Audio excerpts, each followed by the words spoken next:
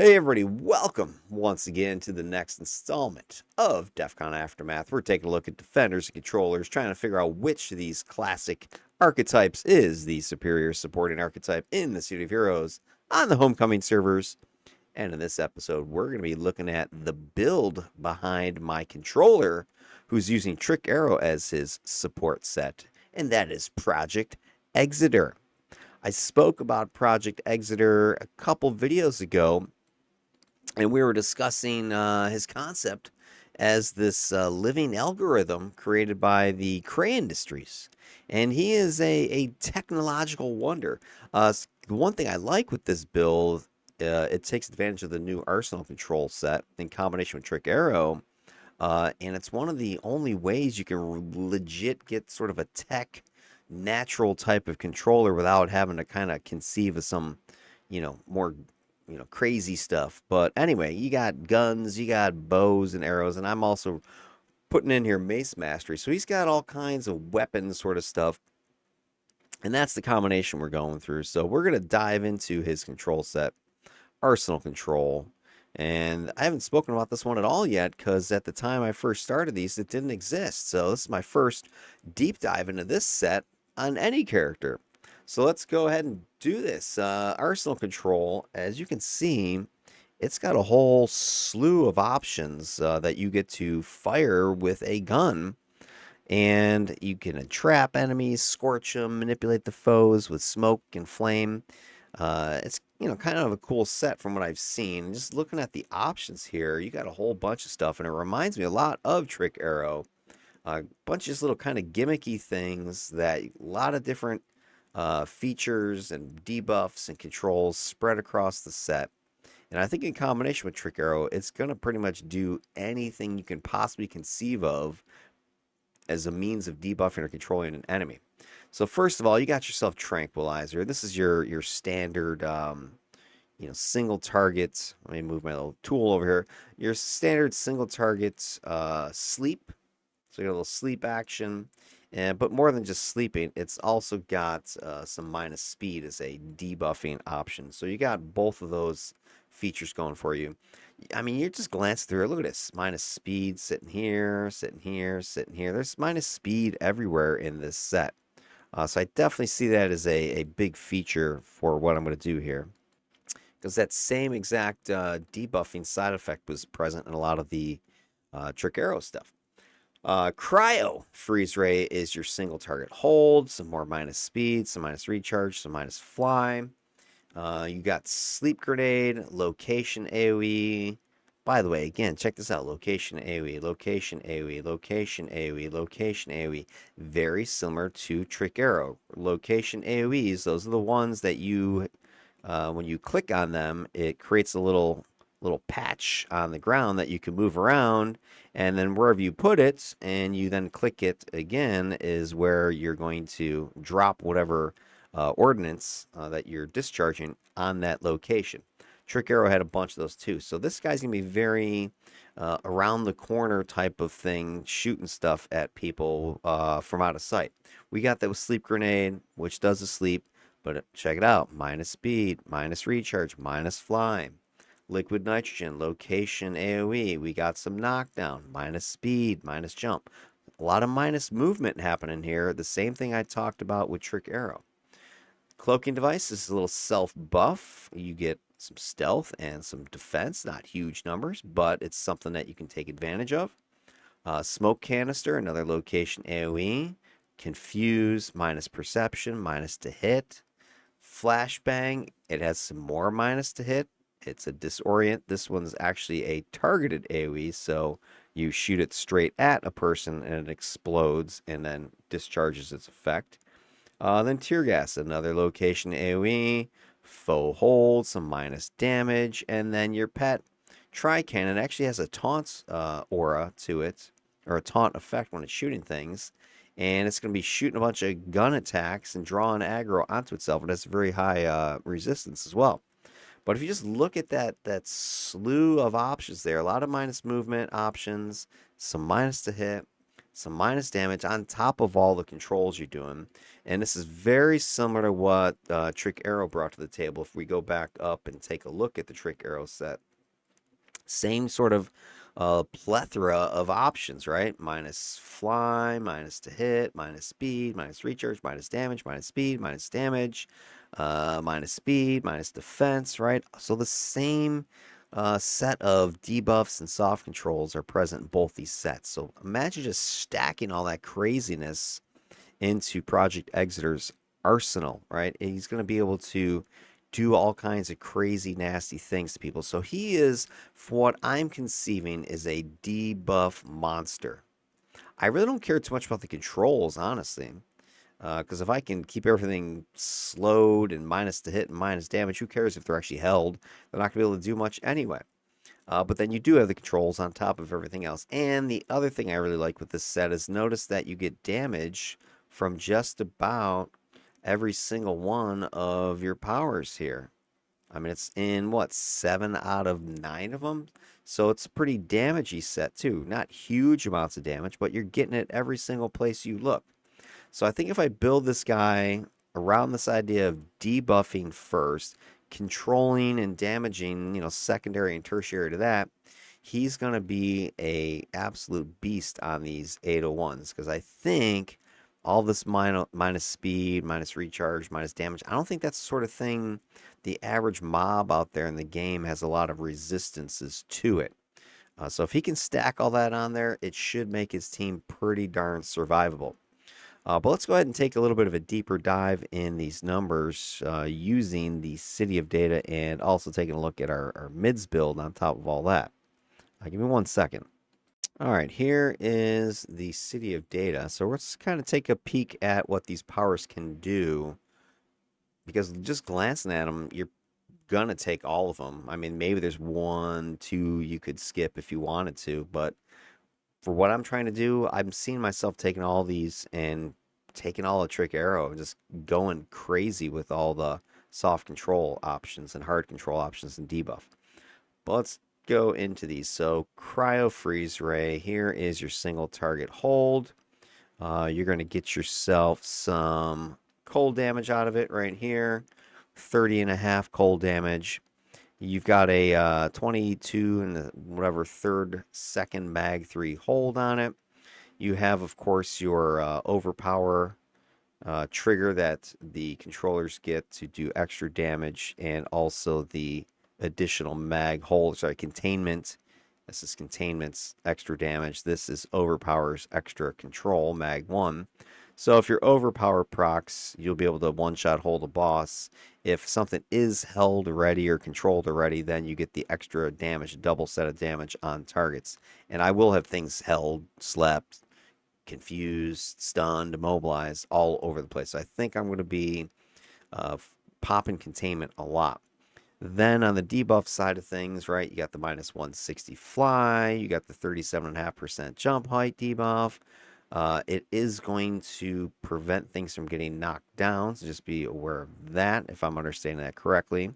Then minus 37.5 recharge, 37.5 run speed, fly speed, jump speed.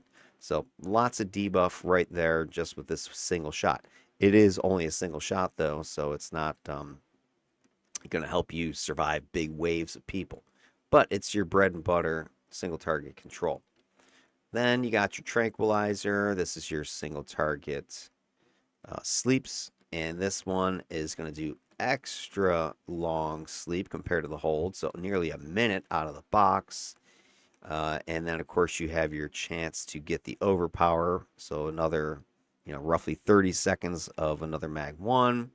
The damage is the same as the cold damage from Cryo Freeze Ray, except this is going to be toxic damage. Same idea. If you get containment, it's going to double your damage up. And then we've got, let's see what these other options are showing us down here, because it also should have a minus speed. So let's scroll this down, see what else is going on. And there's these child effects.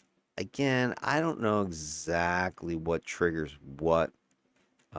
They kind of look the same to me, so I don't know why there's an extra set of these things, here, whatever. It might just be a duplicated whatever, but I don't know. Doesn't really matter. This is talking about a raid, so there's some tag extra in there. And then down here, you've got your movement speed debuffing, right? We got jump height, run speed, fly speed, jump speed debuffing, another 12.5%. And, we're stacking this stuff. Go back over to Trick Arrow. Remember, Entangling Arrow has similar sort of situation where you're going to be debuffing run speed, you're going to be debuffing fly, run speed, running, max run speed, fly speed, right? So we're doing this stuff. Jump is being jacked up with this power. Same thing with the ice arrow. It's going to be like your cryo freeze ray, except it doesn't do the damage, but you've got the jump height, jump speed, recharge, running speed are being debuffed. So you're adding this all together, you're probably taking out half of their mobility with just a couple of hits. You hit them with all four of these things in rapid succession, you've pretty much, they're not going anywhere. They're held, they're immobilized, they're minus speed, they're minus recharge. Go down the list, they're screwed. All right, what is next on our arsenal here? We've got Sleep Grenade, which we're going to get some sleep. Let's pull up this power. It is, I also want to look at the ranges of these things. Remember, I was talking about this Trick Arrow. They were kind of all over the place. 80-foot range on your Sleep Grenade, Tranquilizers, 80 feet, Cryo Freeze Ray, 80 feet. So far this is standardized with arsenal cells, so that's good. But sleep grenade, we're looking for the sleep, then we get the minus speed, recharge, minus fly options or side effects. So let's take a look here. Here are those debuffs. The sleep itself isn't huge, but I believe it's because it's a patch sleep, a lingering cloud. So anytime somebody comes into this, they're going to start to fall asleep, possibly again, and then a little nighty night nap time for 6 seconds or whatever. But the thing I want to look at is these numbers here, the minus 160 fly. I don't know exactly, I guess I see why fly would be disabled, but more so you would just fall out of the sky would be interesting because you fell asleep. But the jump height is messed up, recharge speed, running speed, flying speed. All these numbers just adding up, stacking up. This has got a target cap of 16. Another kind of weird radius. You go back to the TA numbers I talked about during that video. They had radii of 15, 25, and I think a 35 on EMP. Now we got another, kind of oddball. So if you're trying to play this character, knowing all of these numbers, I just don't see it being possible, right? You got a tray of powers. You've got targets you're trying to hit with them. Are you paying attention if something's 5 feet longer or shorter than the other one? Probably not. What's going to happen is you're going to be in the middle of a fight trying to click something and it's not going to work. So you do want to be aware at least of your short range stuff. And maybe that's how I need to arrange my power tray as I'm thinking about it. Maybe I need to put my tray from shortest distance to longest distance. And then maybe I put my single target on one line. I put my AoEs on the other one, or my patch powers on another one. So just, I think laying out your powers is going to be an issue because I have been goofing with this guy a little bit to try to see what he does. And that was something I was having a slight problem with, was because I wasn't familiar with Arsenal control as it was.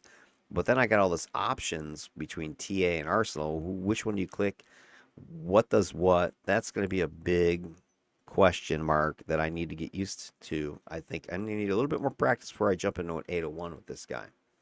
All right, what's our next power we need to take a look at? We got Sleep Grenade. We got Liquid Nitrogens. This is like a ice patch you're throwing out there. And what's our range? 60-foot range. So now we're getting a little bit shorter. Let's see what the patch is size-wise. Does it say here? Let's see. Is this going to be... Yeah, the patch is 25 feet. Okay, so this is larger than a patch we just looked at. But the target cap is only 10 versus the 16 with the sleep gas. So again, we got more numbers we're worried about. We got some things that are single target only. We got some things that are AoE patches and target patches or target explosions that have 16 caps. Now I got something here that has a 10 target cap. How am I supposed to keep all this stuff, sorted in your brain? You just can't. But I really don't care too much about that. Anybody on the patch is going to be on the patch, and I'm going to start jacking them up at that point. Maybe I hit target cap. I will on the 801s, but just I'm not going to worry about it because I'm going to have layers of control. So who really cares if ice patch isn't working, liquid nitrogen patch? Because by the time you're level 50, you have so many options. You'll be spewing everything out there. But as a leveling up issue, that's definitely a concern. Check out this massive debuff to running speed. I mean, yeah, they're not going anywhere. Give me a break. Cold damage. You got some knockback on this thing. So if it's less than 1, knockback is knocked down. If once you get into mag 1 and higher, now you're going to have knockback. Stuff's going to be thrown away from your patch. Does this thing, I don't think it procs containment, does it? Actually, it looks like it does. Well, that's interesting. So liquid nitrogen creates that patch, and it seems, if I'm reading this correctly, that it also will do the extra damage, 33% chance on targets that are already controlled that are on this patch. Interesting. I don't think I've seen that before. So that's something new to me. Maybe it was recently added, I don't know. Cloaking device, this is your just self stealth mode. Does give you some defense, but it says that even if you're discovered, you're still going to have some of your defense bonus. So I think it's going to show us different defense values if I understand how this works. So I think the 4.5% is your stealth if you're not attacking. I think then if you do attack, it drops to 2.25 because you give yourself away. But beyond that, it could be, you could slot it a little bit for defense. I mean, for me, if a defense bare bones is 5%, I could slot it, make it useful. This is 4.5, it's close. I think I did slot this in my actual build for defense, but I think that might have been more for set bonuses. But you could use this power as a mule for defense set, special procs that kind of are uniques. That might be a good way to use it. I don't think I did it that way though. It seems relatively cheap. Endurance cost 0.182. I don't think that's that bad. Or 364. I don't know. We'll have to see what it looks. I don't have a lot of toggles on this guy, so it's probably not a big deal. But anyway, stealth is probably your big thing you're getting out of it. You can get some defense bonuses, so it adds up. Especially because you have, look at your next two powers. You've got 2 of these minus to hit powers that you can then get the debuff on targets. And then if you have some defense going for you, which I will, because I also have Mace Mastery with Scorpion Shield. So in combination, the minus to hit makes it harder for them to hit you, and the defense is going to make it harder for you to get hit. So that will synergize together. All right, smoke canister. Let's see what the numbers are on this to hit, debuffing, and confuse. Click onto the next little thing. We got a minus 450 foot perception debuff. That is the same number as your flash arrow. I don't think those two numbers stack. I don't think they add together. I think your debuff of perception on both of them would be 450. So whatever the normal perception range of the enemy is gets reduced by 450 feet. The range of smoke canister is 80 feet. So keep that in mind. You got to be 80 feet to get a 450 foot debuff, and then the radius is 25 and the targets are 16 again. So kind of a standard AoE. And then the confusion, let's see what the numbers are on this confusion. It has the minus 15% to hit debuff. Now the one problem I see here is the confusion is, hey, attack each other, damage each other. But then they have a to hit debuff, so they're probably not gonna hit each other, especially if you slot this up and get 20, 25% out of it. So it's sort of a canceling each other out type of power. So you pop them with the confuse, and then I think the other thing that I think Apocalyptical was telling me is that the confuse doesn't trigger unless they start taking damage or something. I think that might be what he was saying. Most villains will not be able to see, although some may have better perception. If the villains are attacked, they'll be alerted. Yeah, I don't know. I'm not sure if I understood what he was saying, that the confusion only works. It doesn't break the stealth here. So like you pop this on people, they get debuffed, but they're not confused yet or something. I don't know. I have to double check with him and see in my own testing what it looks like. But anyway, again, check this out. Another 10 target cap instead of 16. I don't know why there's the discrepancies, just because these things are controls more so than debuffs. That could be why they reduce their cap numbers. Probably some explanation there, because I think AoE controls have target caps of 10, where like AoE debuffs are 16. Flashbang, another minus to hit, plus it's got a stun. This has a 5% to hit debuff. So you combine that with the 15% you were getting on the other power there, smoke canister. Now we've got a 20% to hit debuff. We could probably get that slotted up to 25 or higher. And then we've got our defense numbers. We get our defense numbers up there in the 20, 30, 40%. I think we can combine and get a pretty survivable combo here with those powers. It's going to do some energy damage. You got a stun here, 18 second. It can overpower for another or 14 seconds, half of that time, being an extra mag 1. So a nice little power. It also does the damage, so you get all the goodies in one package there. Tear gas, this is your AoE hold, and it has a minus damage, which I like that little option, because even if they're not held, they can at least be debuffed. Let's see what the debuff numbers are. Minus 20% damage, so that's not bad, right? I think if we go and take a look at, let me pull up Trick Arrow again. Minus damage was with poison gas as an example. So that also has 20%. So between those two powers, you can debuff damage on a whole bunch of guys by 20% total. So that's 40% debuff. And then your ice arrow also has a minus damage on a single target. So you could, theoretically take a single target down, I don't know, like 50% of his damage or something. It's a shame you can't slot for minus damage, but those numbers are pretty hefty. So we got the minus damage effect, and then our hold is not even 10 seconds mag 3. But I think, again, this is a lingering cloud on this one. So enemies have a chance maybe to walk back into it, or if they get stuck in there, they can keep getting held, I think. And I believe it has the classic puke effect going for it as well. So that's always a nice way to see people get held. So those are your main control powers, and they're packed with debuffs and with damage.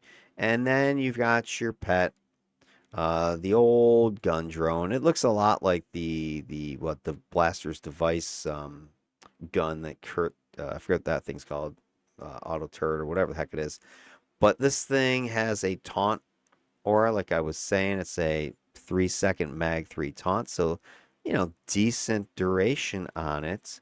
Mag 3, so you're gonna pull things off of you routinely. Does it show what the range is on this? I don't know if it says radius is 10 feet.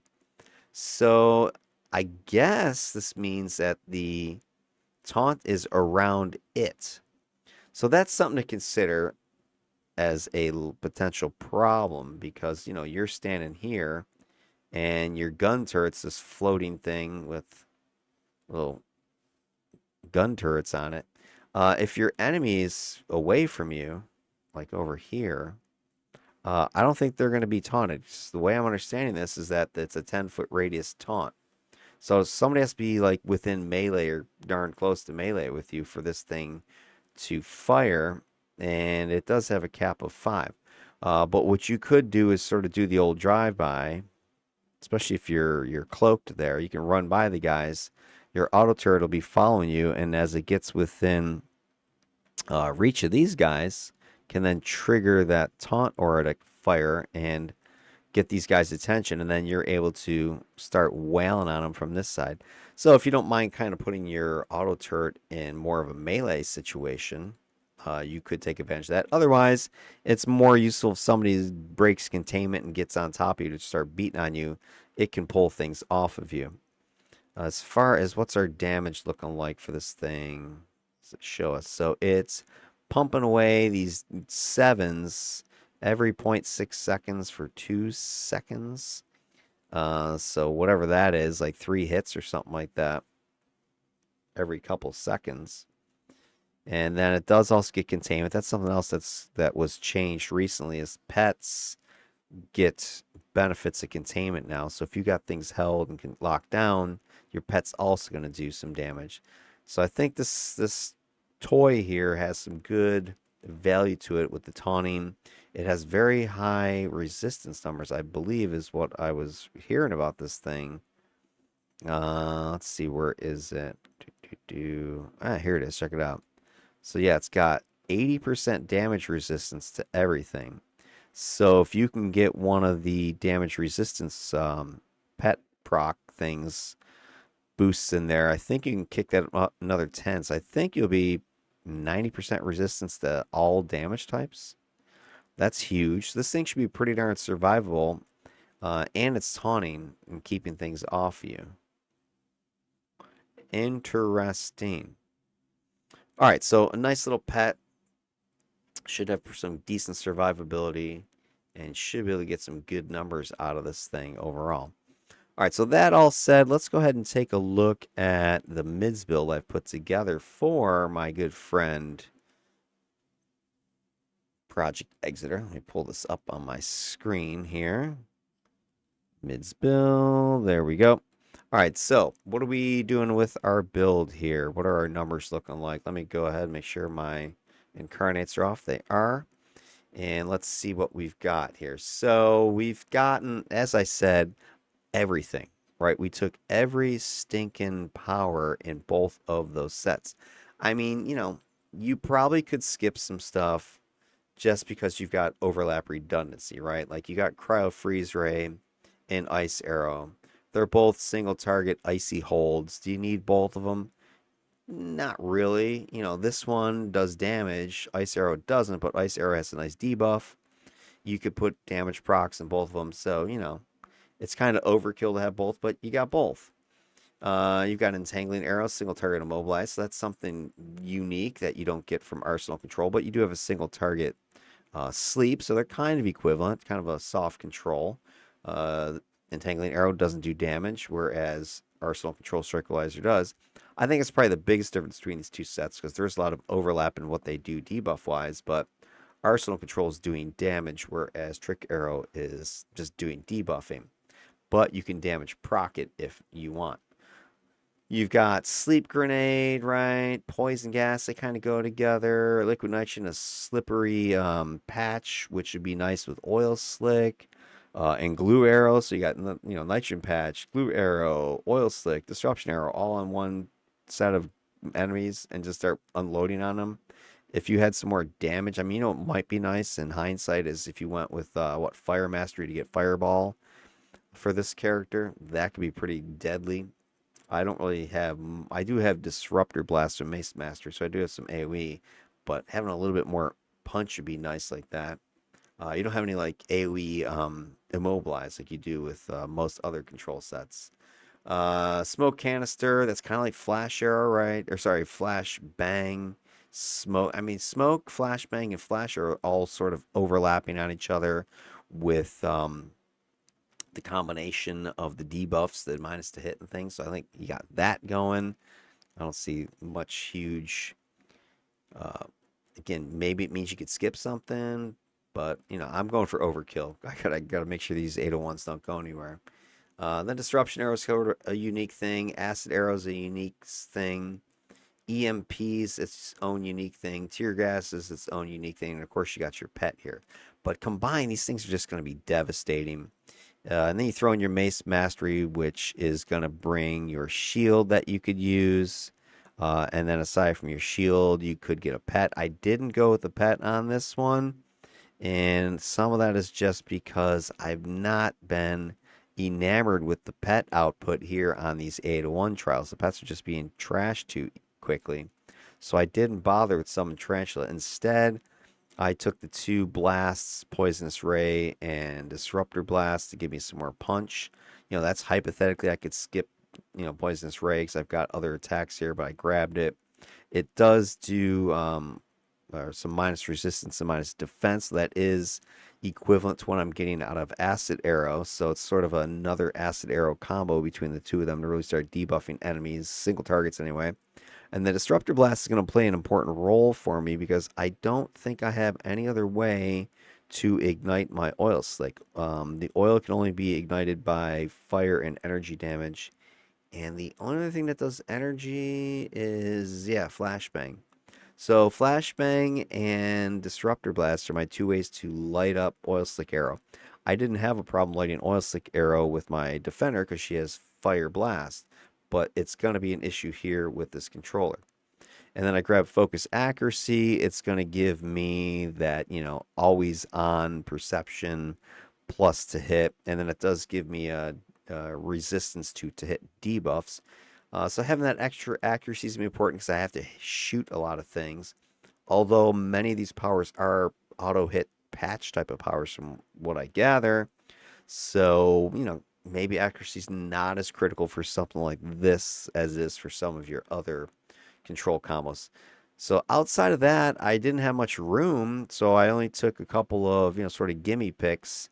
Combat jumping for the immobilization resistance, plus I can slot defense stuff in there.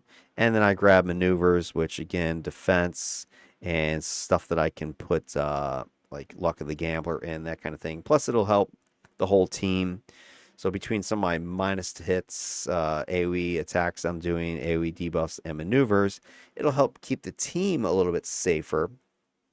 So that's probably one thing that maybe this character has over my Defender. He is more team helper angles, I guess, or angled on him than where she was just attack, Offend was her idea. She didn't really care about if the teammates were dying. It was blast away, light stuff on fire, debuff the crap out of stuff. He's going to be more of a caretaker for his team. All right, slotting. What do we got going for slotting? Tranquilizer, Freeze Ray are very similarly slotted. They're both single target attacks. I grabbed 3 Thunder Strikes, Recovery, and some defense, range defense. And then I went ahead and did some procking. So I put the Chance to Heal, Sandman proc in here. And for Cryo Freeze Ray, I put the chance for smashing damage from Unbreakable Constraint. This is like the most highest PPM one you can get, I believe. So that's a 4.5 PPMs. It does some decent damage when it hits. So between the two of those things, I should get some decent numbers. We can take a look at the pop out for this. So yeah, that power is going to be hitting for about 180 when the proc fires along with that damage. So it goes from 61 to 180. That's huge, right? That's like 2/3 additional damage it's pumping out now, double what its normal damage is. Tranquilizer, you're only getting 61 out of that. So I could potentially put a damage proc up here instead of the heal proc if I felt I needed some more punch. But I'm not trying to make this guy damagey. I need him to survive. So I'm kind of going with the defense and going with some healing, some regen, hit points. So stay alive and then stay in the fight long enough that the controls and the debuffs can start stacking up. Speaking of debuffs, we got our flash arrows slotted with a couple of these. Move this out of the way. A couple of these, what are these things called? These are the accurate to hit debuffs. Siphon Insight. I did grab the chance for the plus to hit on this one. So that's going to, again, give me a chance to attack a little bit better. So if I look at what the proc is doing, right, it's pumping my to hit up another 16% when it fires. Okay. Turn off focused accuracy so it looks a little bit cleaner.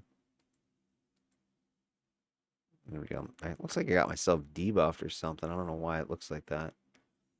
Anyway, I don't know. Something weird's going on. Maybe I'll shut that off. That'll help. I think I got the rest of the stuff now. There's so many freaking buttons to click, and I don't know. Half of these are doing half the time. All right. Glue Arrow.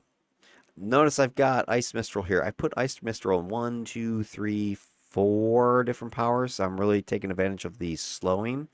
And I think in all 4 of those scenarios, I've got the damage proc. So Glue Arrow has the chance for cold. Liquid Nitrogen's got the chance for cold. Sleep Grenade's got it. So does Oil Slick. So I've got all 4 of those. So my patchy powers, my, exploding. I don't think any. Yeah, all these are patches, right? Glue Arrow's a patch. Liquid nitrogen, yeah, that's a patch. Sleep grenade is the targeted one, so that one explodes. But all of them have a slow effect, and I'm trying to get to leverage some extra damage. And I did 5 slot, three of these four, getting the hit points, getting accuracy. We're getting what is it? The speed resistance to speed debuffing, and we're going up for that recharge at the 5th one. The only thing I didn't have enough slots is for glue arrow, otherwise I would have put that here too.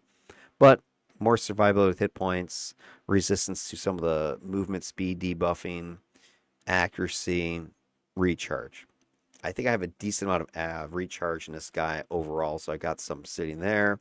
I've got Luck of the Gambler, Recharge, Global here, and Cloaking Device. I 3-slotted this. This is probably over. I think it's overslotted for the value of the defense, but the 3 slots gives me some regen and some extra hit points, which I'm trying to boost up as much survivability as I can. So I'm thinking, what else could you put in here that would give you survivability? Maybe reactive defenses.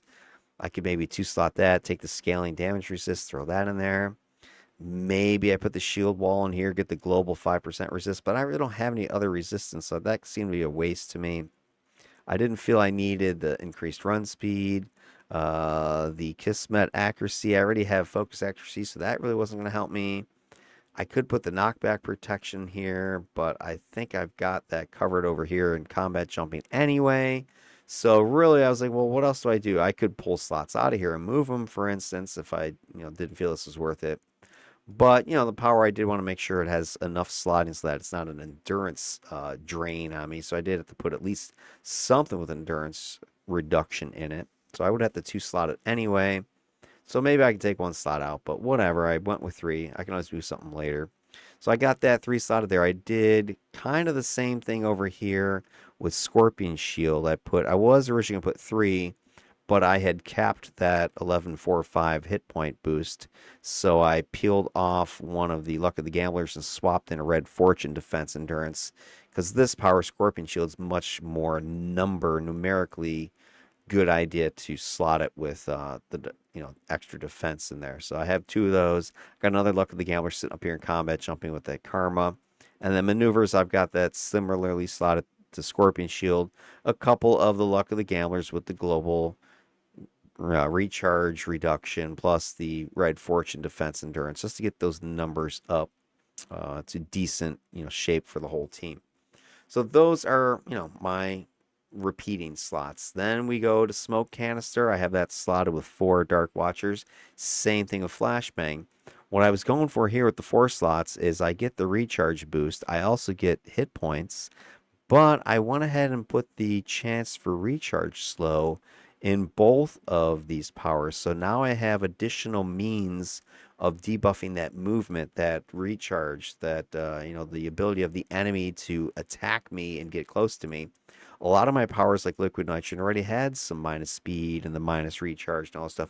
So I'm like, well, let me get some more. Let me get some more of that minus movement, that minus recharge. So threw it in these powers too. So if they proc, the minus recharge on that is 3.5 ppms, and it's a minus 25% recharge. So I've got lots of recharge. Is now going to start stacking up because Sleep Grenade had it already natively in it. I think its minus recharge is also sitting there in Liquid Nitrogen, or Glue Arrow has it, right? So now I've got even more ability to just slow things down, keep enemies from attacking me.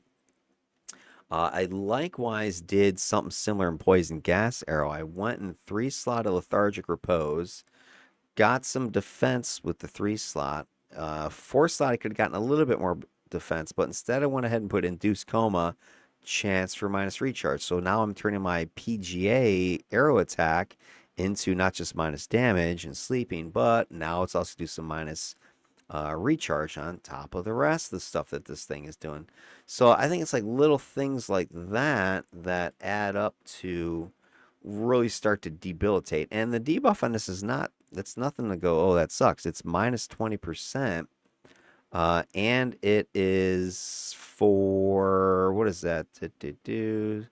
Minus recharge is sitting, it's a 20-second debuff. So, I mean, you can't complain about a number like that, right? This debuff is going to be popping for minus 20%. Get this to show up again. And it's got a 20-second duration on it. So if that one fires, right, I'm going to be throwing all these arrows and all these grenades and stuff at people. So start imagining that. You've got the glue arrows out there slowing stuff down. You got the liquid nitrogen slowing stuff down. You got sleep grenade is slowing things down. You hit them with smoke canister, flashbang that have the procs for minus recharge. You got poison gas arrow procking for minus recharge. So all that's just going to keep adding up to a total debilitating mess that the enemy just isn't going to be able to power through, I don't think. Ice Arrow, I went ahead and slotted this with the will of the controller, chance for psi damage. So this thing's going to become a damaging attack, right? That I can now make use of it kind of like Cryo Freeze Ray. So Cryo Freeze Ray, remember, is doing some damage. That buck 80. Now Ice Arrow, it's going to be able to proc for 96, it says here. Let me get my pop-out window again open. So yeah, we're sitting here with 96 damage that we're proccing from this thing. Then Acid Arrow, this again is probably wasted slotting because I put a full set of Ragnarok into Acid Arrow and the damage is crap, right? It's only like 13, and here's me 5 slotting it with these damages. But the reason I did is, well, first, I really wanted some more control out of this guy if possible. And I love Ragnarok's chance for knockdown. This thing is like the shiz, okay? 3.5 ppm, 0.67, so it knocks down guys. And I wanted it in an AoE power that I can get multiple procs to fire at the same time. And I don't have really too many other options where this would be useful. Because let's say I put it in liquid nitrogen, which is an AoE damage. The problem there is then I'm going to get rid of my ice mistrals, and it's already doing some knockback. And if I take knockback and do some more knockback, you turn it into, throw them back type of power. So I'm like, yeah. And the same thing, maybe sleep grenade, I put it in there, but then I'd get rid of my ice mistrals, which I really wanted to get the slowing effect of these ice mistrals in these AoEs that do slow. So I'm like, well, I really don't want to replace it with that just to get some, get more damage. But I wanted the knockback, so I threw it in here. And then I've got it, 5 slotted with the Ragnaroks, which is giving me recovery, damage resistance, which I really don't care too much. But I really like that 15% accuracy, and I really like that 10% recharge I get out of it. So that with the knockback seemed to make it worth it to me, as long as when I fire Acid Arrow into a crowd, I knock down 2 or 3 guys every time. As long as I had a clustered group, it should be doable. So it gives me the debuff of Acid Arrow. It gives me extra damage, and I'm getting some decent bonuses out of it. And I'm getting that nice soft control knockdown. So it gives me other options besides just debuffing and hitting people. Tear gas, basilisks in there, going for the recharge with the 4 slotting, some more defense here, got some recovery there. Maybe tear gas is something that I think, because tear gas does damage now, doesn't it? I thought tear gas did some damage. No, it doesn't. Okay, never mind. I was gonna say maybe I'd throw the Ragnarok in there. Disruption arrow. I'm trying something new here. And that's because I talked about this with Red Riding Hood, that I didn't realize Disruption Arrow had been changed, so that actually takes endurance mod sets. So I do have preemptive optimization in there. 2 slot, it gives me max end. And I got the end and the end recharge in it. So that's going to lower the overall endurance cost to me to something under 10. The recharge is, really solid at 13. Plus I have a bunch of other recharge my slotting. But the thing is, it's supposed to make this thing, because it's supposed to be a max endurance debuff. The problem is I don't see, I'm not sure if it's, how that works. Like, it shows here minus 5. But I don't know. Like, if I remove these 2, like I've done this before. Like, okay, so I sit here and remove these 2. And the endurance thing still stays at 5. So it's like they're not showing up in mids actually doing anything. Because they should, if I understand this correctly, by slotting this thing for endurance modification, it should cause the enemy's max endurance to be lowered even more. If it should slot the way I think. But it's not. But we'll see. The other thing I did is I threw in the chance to self-heal here. So I've got prevent or power transfer in here, and this thing works. So every time I pump out a disruption arrow, I get a chance for this thing to proc a heal. So I got that heal, and I got the one back here in the Call of Sandman in Tranquilizer. So I got a couple ways to get heals on myself to give me some more of that survivability. So that actually works. I was pretty pleased with that. I could potentially throw the performance shifter in there. I have that down in stamina if I wanted to get that to proc the plus endurance. But I was looking at it as a procable power. But what else could you put in there? The chance to heal. I mean, the chance for plus end. There's really nothing else. The other one potentially is energy manipulator's chance to stun. I was tempted to see if I can make this guy into more of a stunning beast. You do have your stun already with your flashbang grenade. So you could put some chance to stun, like let's say here in the disruption arrow. You could put an EMP arrow. There is a chance to stun, I believe, in one of the sleep sets, if I remember. Thought there was one in here. Or maybe it's the immobilized set. There's another one somewhere else. Could be immobilized. Somebody else has one. Is it immobilized? Yeah. Immobilized debilitative action has a stun. So I was thinking, well, maybe I could put one there. Maybe you go pyronic to get the stun from your judgment. And then there is a stun proc in a taunt set. Triumphant Insult has one. So I could throw that into my tri-cannon gun, and I could see about trying to get some stunning going on here. Maybe I do. Another option I just was thinking about is in these stun sets, you've got, gosh, who is it? Yeah, Absolute Amazement. I could throw some more to hit the buff proc in there. But the one I was looking at is Stupefy, chance to knock back. I think. What is the chance to knock back, though? It is. Hold on. I almost want to see some.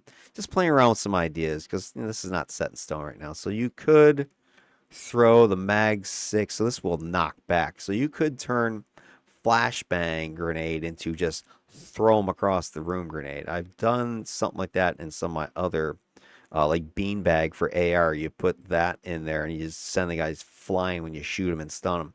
So I could throw that in flashbang and make it just explode and send guys flying. That would be hilarious. But I don't really want to scatter too much in the sky. So anyway, there are lots of options with this build is what's crazy. So many little things you could play with. Back to the build though. Tri-cannon. I actually want a taunt set in this one. Got some decent set bonuses here. I'm getting scoot this up so you can see it. I'm getting the recharge with Triumphant Insult here. Or sorry, Perfect Zinger. 4-slotted. But I also want the chance to side damage, and it actually procs. It works. I didn't think it was gonna. I wasn't sure. But it does fire. Although, again, I think they have to be in melee range for it to actually proc. So you kind of got to work on your positioning. It might not be worth it if you're just going to stick with a ranged game, though. But it was something I wanted to try out. So maybe it doesn't work the way I want. Maybe I do throw the stun proc in there. Who knows? Instead of just going with traditional pet sets, right? Speaking of pet sets, I did throw the Expedient Reinforcement here, the resist bonus aura that is bringing this thing's damage resistance up to, what is it on this thing? 10%. So yeah, this pet's got 90% damage resistance to everything. So it's going to be pretty tough in a fight. Already mentioned Oil Slick Arrow. It's got the Ice Mistrals. I need to light that on fire. The only way I can light it on fire is going to be Disruptor Blast that I have from Mace Mastery, and I have that slotted with an Annihilation set, and that has a resistance debuff. This was the other place I could throw the Ragnarok in here, but if I did, this could turn it into knock back, because Disruptor Blast also has a chance to knock back or knock down. But I've got that 5 slotted with Annihilation, Max N, damage resistance, regen, endurance discount.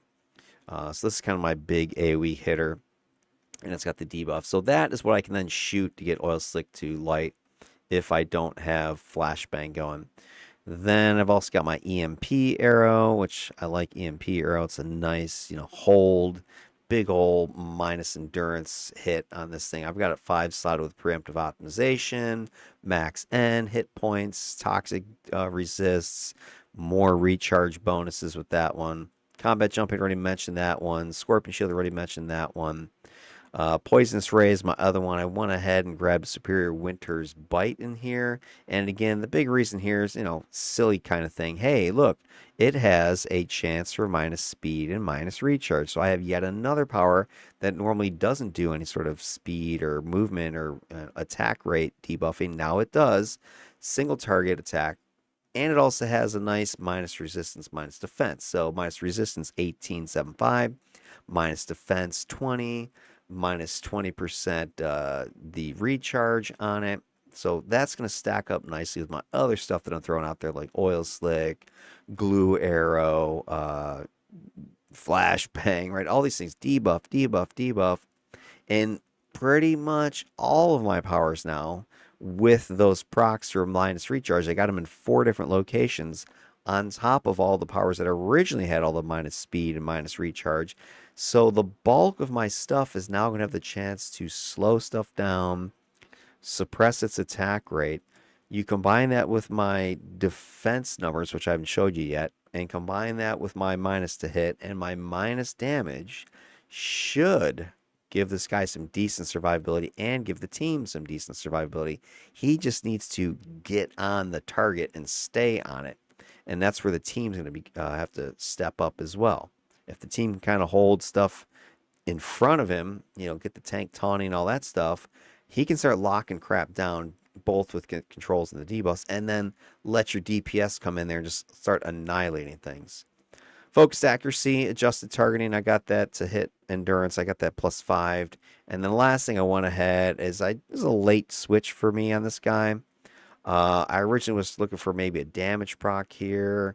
I was thinking about putting another slow in here and kind of leveraging that. But I went ahead and threw in the other ATO, Superior Overpowering Presence, and I threw the energy font. I was fiddling with this, and I was getting 3 energy fonts, no problem, just by kind of spamming Entangling Arrow. Now, this is against more single target stuff, but I was just farting around in Granville, and I was, doing just a lot of single target stuff. Tranquilizer, Cryo Freeze Ray, not Poison Gas, Ice Arrow, and Entangling Aura. It's kind of like that was sort of my rotation of attacking. And that's why I was originally thinking, well, maybe I'll get a damage proc in there because I could use a little extra oomph as I'm just pumping away on guys. But then I was like, well, let me try this damage proc. I'm not a big fan of Energy Font itself, but if I get 3 of them out there, and I also noticed they were distracting and drawing aggro, so I like that idea. Plus, they'll benefit from the Tri-Cannon's Expedient Reinforcement aura, and the Tri-Cannon is drawing aggro from its taunt. So I think if you get the taunt here, you got the extra 3 of these energy fonts running around, it can pull some heat off of Project EXETER here and let him be more free to do his debuffing on top of what your tank is doing, your scrapper, your whatever person is on your team helping you out. All right, let's close out this build, and then we're going to go ahead and do a little solo action. So scoot up this thing. Close my pop-out window here. Then my other stuff I've got going is stamina, 2 slotted with performance shifters. I got the Chancer plus End, and then I had the Panacea chance for hit points and endurance in there. I did not put the stealth proc in here. I feel like I got enough minus perception pops going off that I really don't need to worry about stealth. So I just put a quick foot, endurance, run speed, +5 that, called it a day. All right, so what we're looking at here, total number-wise, without any of my, crazy incarnate stuff going, we have, let's see, everything else is off that normally would be off, right? Yeah, I just have my normal toggle sitting on. This guy's nowhere near as toggle heavy as my Stormy was, or Red Riding Hood was. Let's see what his totals are looking like. So totals, the fence are pretty decent. We've got 30-ish% on Smash, Lethal, Energy, Negative. So a lot of those typed defenses are pretty darn good. The positionals aren't that great, but range isn't too bad, 24%. And, just raw numbers, these aren't the best, but combined with your minus to hit that you're throwing out there, Like I said, it's going to be like minus 20, minus 25% to hit debuffing. I think you got something, pretty special between those two things combined. Damage resistances are crap. So once I get hit, he's going to take full whopping hits, other than toxic damage, which is really not that popular anywhere in the game, including the 801s. Recovery and drain are a little bit, concerning. I've got, 2.5 to 1. But I don't have as much draining, constant firing like my defender did. So I don't think he's gonna have as big of an issue. To hit buffing, we got 40% popping in there. You got your endurance reduction 3%, nothing big there. Recharge real nice, 95% recharge. That's without any hasten. Remember, I was getting like 100 whatever percent with hasten on my defender. So he's got lots of recharge without any hasten. I'd say his build overall is more expensive than hers was. He was built post this 801 stuff. I mean, I built this guy specifically to run the 801s. Now his build isn't 801 anti-801 build, right? It's built the way I would probably normally build them, but I'm in my head, I'm thinking, yeah, I want these particular combos because of 801. So I can't say that this is exactly how I would have built this thing had I not been testing those. But anyway, there's where he's at. So maybe I can get some more defenses going. Maybe I can help with this recovery issue. So that's where my thought is going into my incarnates. Plus, is there a way to increase and improve the things that I'm normally doing? So here's what we got, and I think one of these I've actually changed, so I'll talk about that in a second. But what I've got here is for my alpha, I'm going with intuition. Intuition, this is really a good one for controllers, I think. It's got control buffing with hold durations, and it's got a lot of defense. It's like debuffy stuff, so defense debuffs, to hit debuff boosting, slowing boosting, and it's got a damage boost and a range boost. So it's really going to help this guy perform even better with his debuffs and his controls. So if you look at something, let's see, what's a nice, like, take a look at the flashbang numbers. This might be a good place to look. So here's your flashbang, right? You got your stuns, you got the recharge proc, and you got the minus to hit slotting. And then when I have my intuition kicking in, so it kicks up my minus to hit another percent. So that's going to be, nice, not a huge number, but that combined with flash arrows also got some minus to hit in it, right? So if I detoggle this, that's pumping it up about 3%. You got smoke canisters, also got some of the minus to hit in it. So we take a look. Where is it? There. So that's going from like 21 up to 24.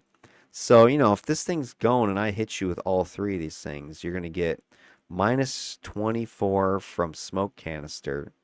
You're going to get minus 8. So there's 32 when you throw in flashbang. And then flash arrow, another 20. So you got minus 52% to hit debuffing possible. And the duration on these things is, fairly long, right? I mean, 60 seconds with flash arrows debuff. This smoke canister's debuff is 32-second duration.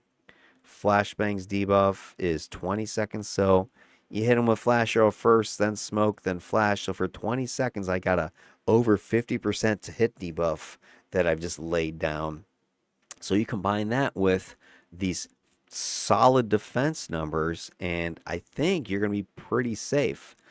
And these powers are going to be stackable, right? I'm not going to just throw one flash arrow out. I can flash again, flash again, flash again. It's on like a auto repeat.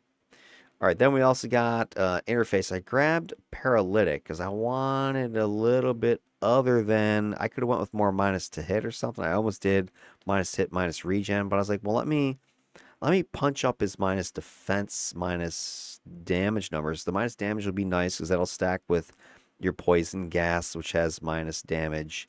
And what was it? The other one had minus damage was, oh, I forget who it was. One of the other powers has a minus, tear gas. So tear gas has minus damage.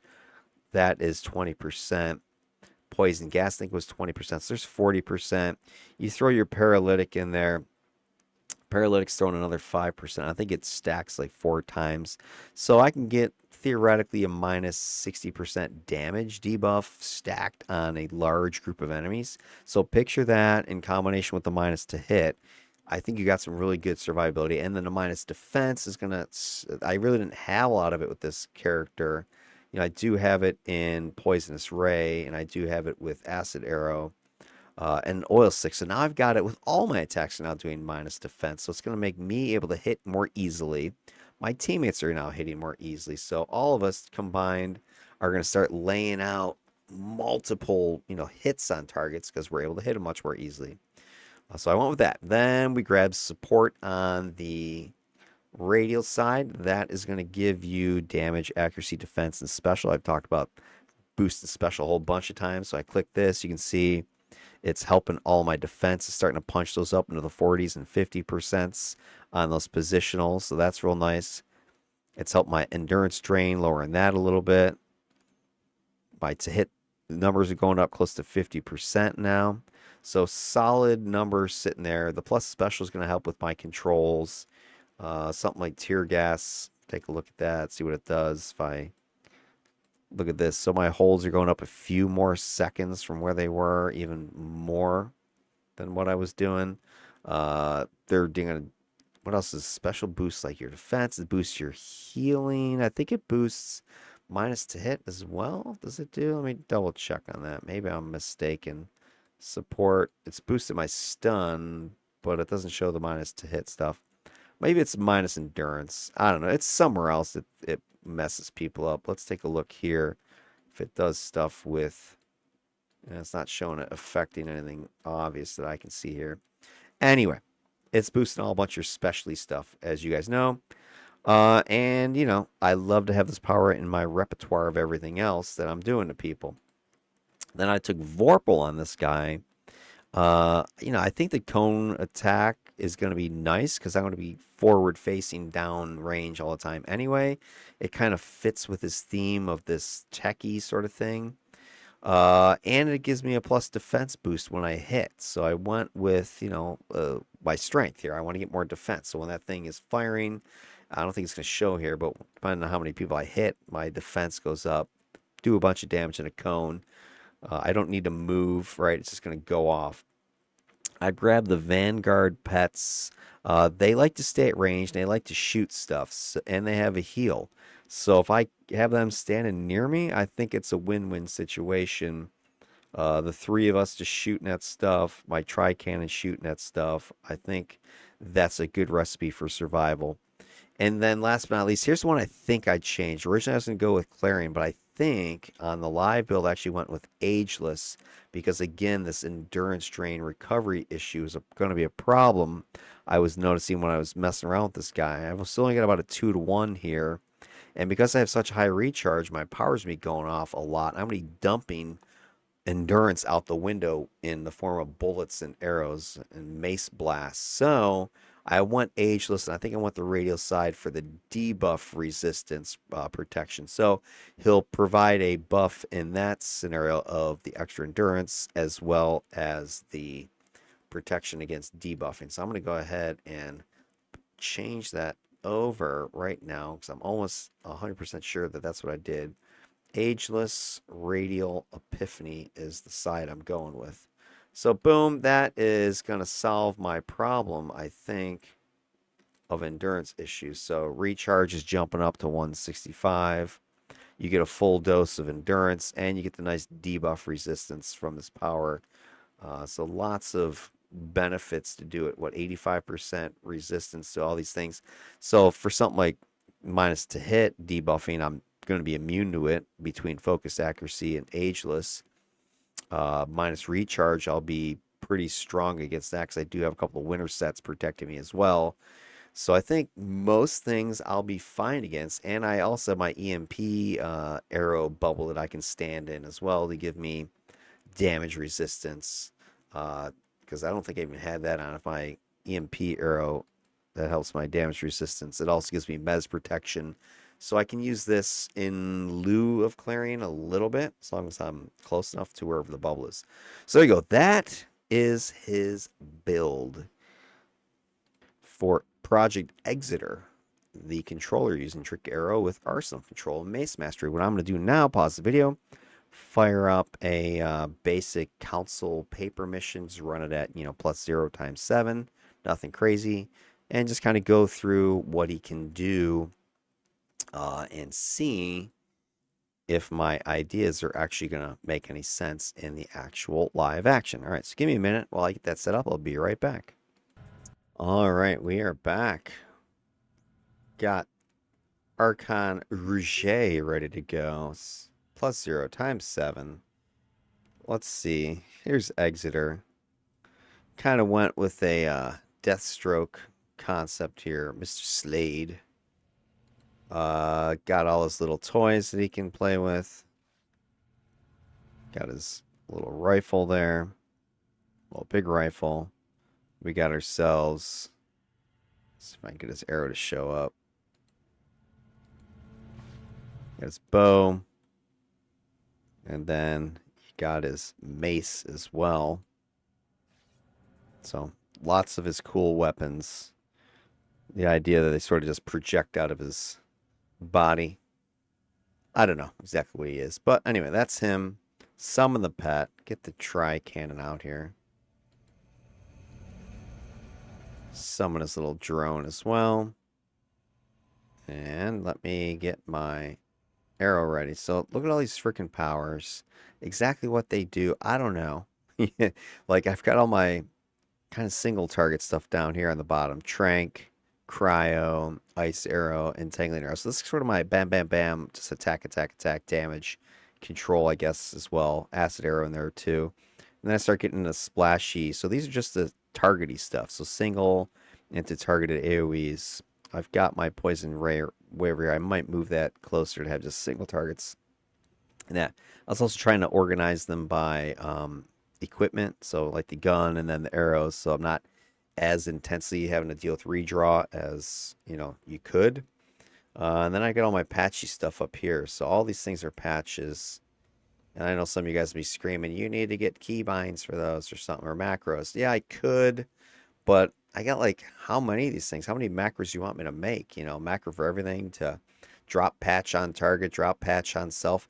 I'd have 3 trays of macros, so I don't mind having to click on something and move it around. It does give me a lot more precision, but I might make something that a couple of these where you can have your macros say just fire at whatever you have targeted and turn it into effectively one of these targeted AoEs down here. And then I got my sort of sneaky opener attacks, flash arrow and smoke canister up top here. Toggly stuff over there. So just kind of laying out this tray is going to be a problem, figuring out exactly what does what.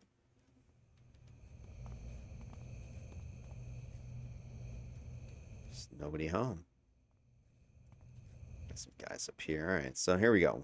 What are we going to do? We can flash them. That's one thing. Then let me see if this hits the wall or not, or the roof. Let's see if I hit the ceiling above them. Oh yeah, nice. Alright, so yeah, it does work. Okay, interesting. You guys kill each other. There you guys go. Have some more. Gas them. Go.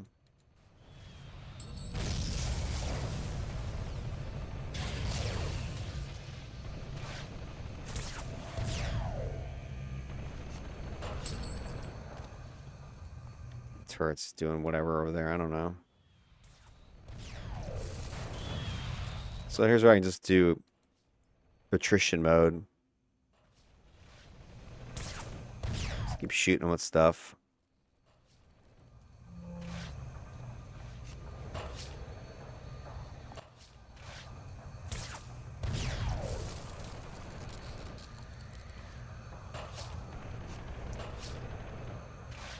My font hasn't procced yet. Let me double check. Yep, it's slotted there. Okay. So yeah, there's my actual slotting in game. So everything I was talking about is there. So I mean, that was pretty uneventful right there. Guys are down in the pit. So I'm not sure what Apocalypse was talking, or Apocalyptical was talking about. I thought he said you had to use the confuse because it would trigger or aggro or something. But then they don't seem to. I don't seem to need to do anything.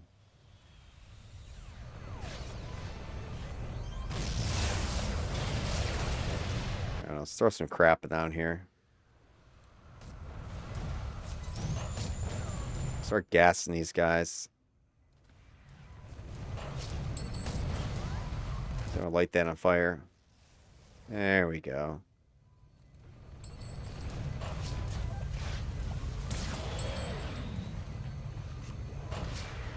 Guess I should turn my toy on aggressive. Start shooting stuff.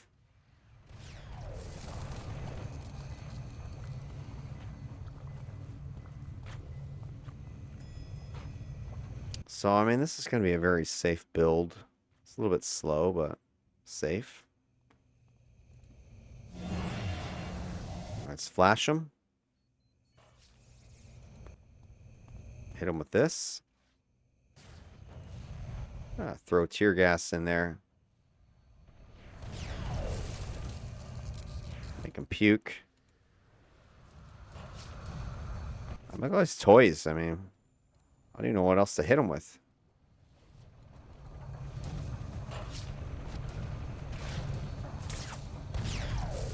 This guy's smoked.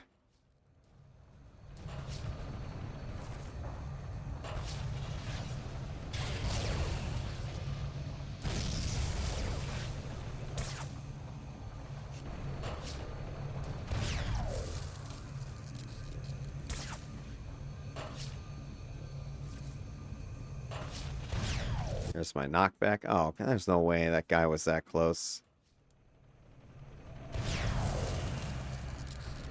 Sicken up. There's my energy font. Took long enough. I was procking way more when I was just out messing around on the street.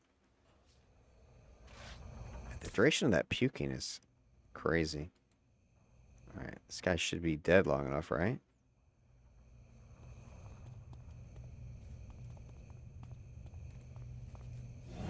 Alright, let me go ahead and summon my Vanguard too. Kind of show you what they're up to. Get them on aggressive.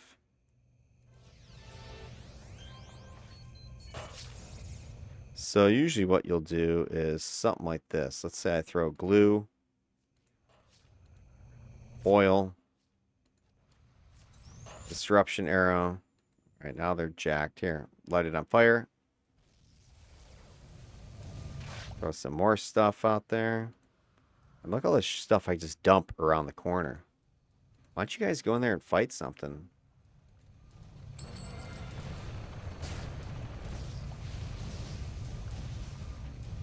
Keep attacking, guys. Oh, never mind. They're all dead. Here, hit this guy.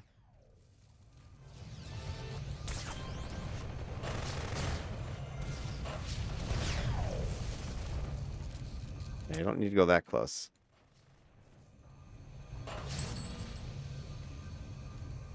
Bro, you're going to get him resin off of you. This guy, puke. Puke. I could go make a sandwich and these guys would still be out.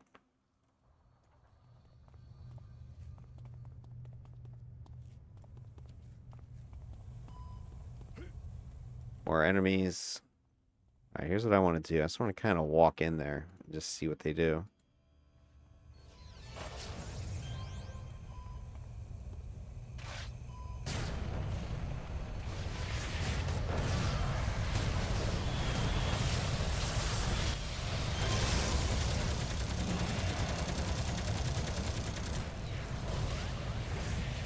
This guy's getting worked.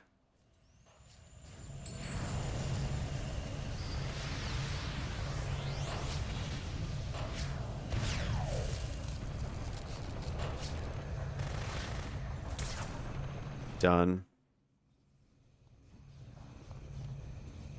Next.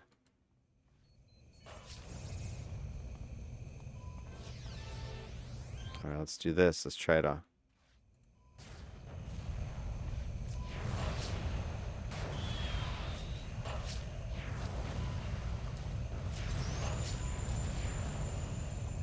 keep pumping stuff in there.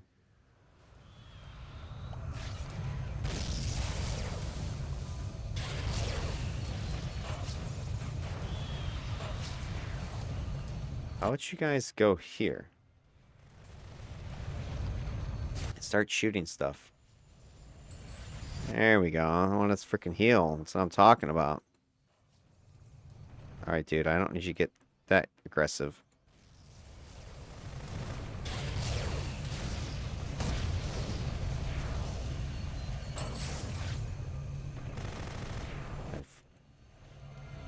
Come on, dude. Get out of there. Ah, great.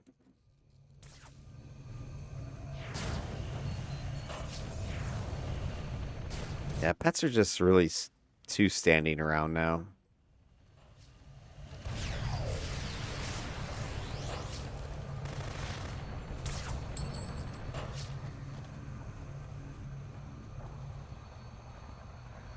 They're done.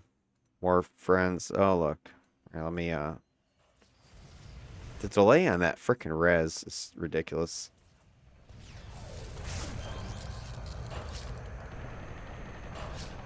There's my font. I wish the font spawned away from you.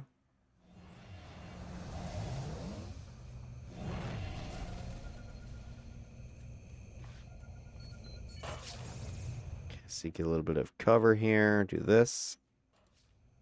Do this. There goes my font. Do this. Do that. Fire.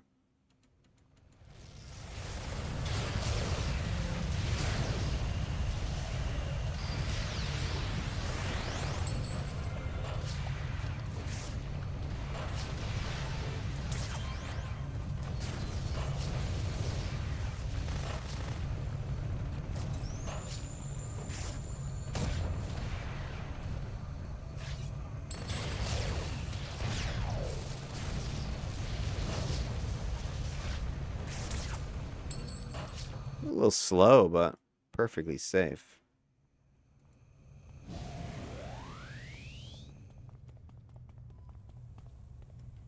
Final boss should be up here. Flash him. Let's get close. Do this. No confusion going on in there.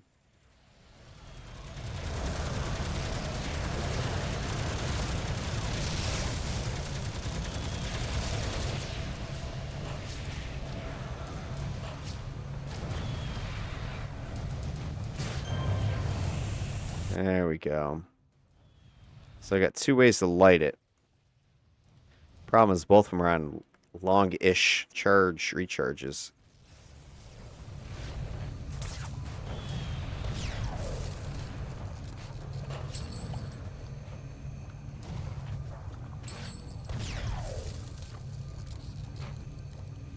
I don't know if we got the guy that went down here or not. Guess so.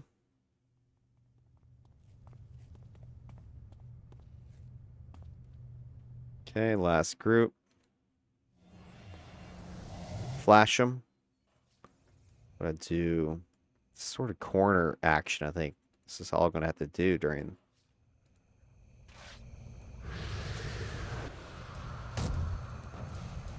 Look at the range. I just like pump these things around the corner.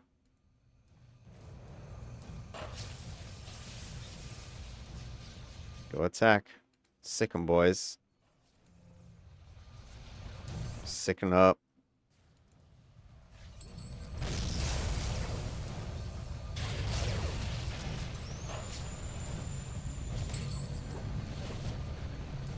I think that corner shooting is going to be clutch.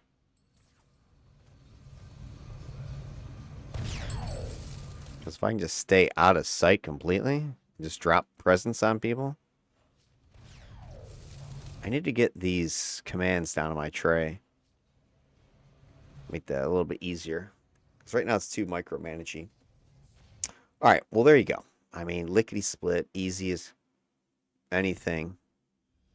No problems whatsoever. I mean, was I even scratched? I'm not sure they got a shot off on me.